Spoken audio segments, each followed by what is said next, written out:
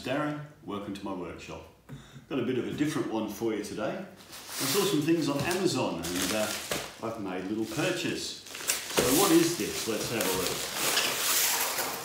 What I've done is I've bought a couple of little Dewalt clamps designed to fit the Dewalt rack, and I want to see if they'll work with the Festool rack. So these should be, theoretically, equivalent to these from Festool. That's what I'm hoping for.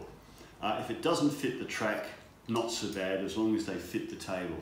So let's open the packet up and have a look.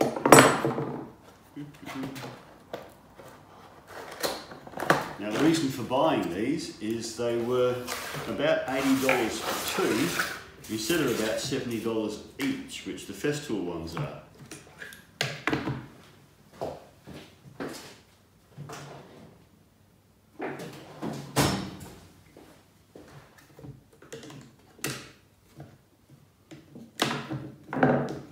So they're just held together with a couple of cable ties, remove those.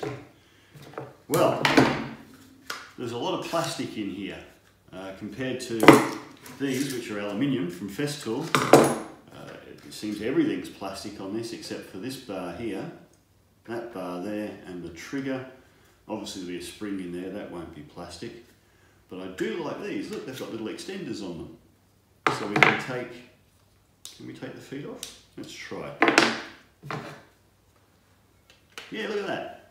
So you can take these little extenders off and have some more room. So that's a nice touch that the Dewalt, that the Festool doesn't have, but the Dewalt does.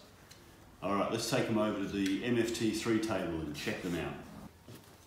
All right, so let's see if it fits the MFT3 table. No, it doesn't. The back end here is too long to go through the hole. So whereas the Festool one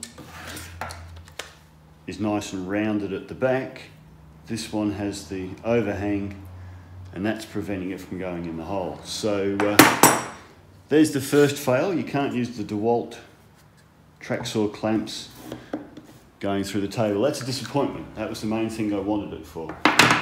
Okay, let's try on an actual track.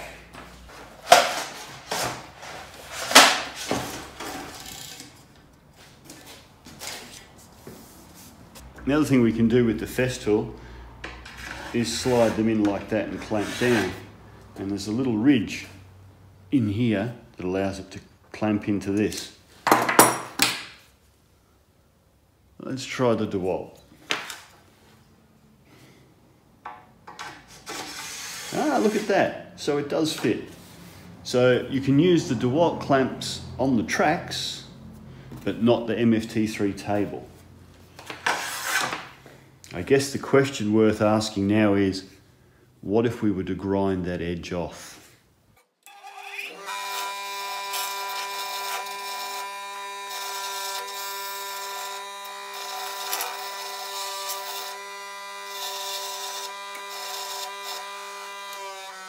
You'll see when I grind, I take regular breaks. Perhaps not so important on this particular job, but extremely important if you're sharpening tools.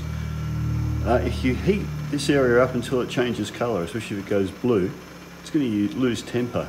So it's a good idea to grind, pull it away, grind, pull it away, so as you maintain the nice shiny colour of the metal.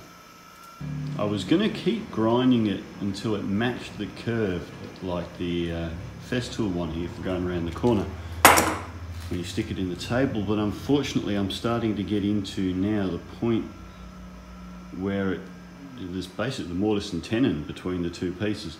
I don't want to grind that away, there'll be no strength left. I think I've already perhaps ground away too much. But I don't think this is going to work. No. So I think the moral of the story is that these are no good for the MFT3 table, but they're great for the guide rail tracks. They fit in there quite nicely.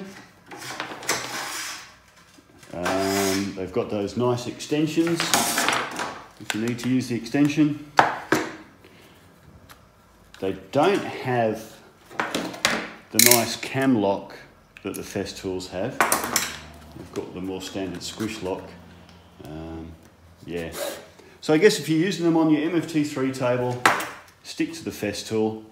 If you want a quick, cheap pair for your track, by all means grab the Dewalt. Just don't expect the same kind of performance out of them.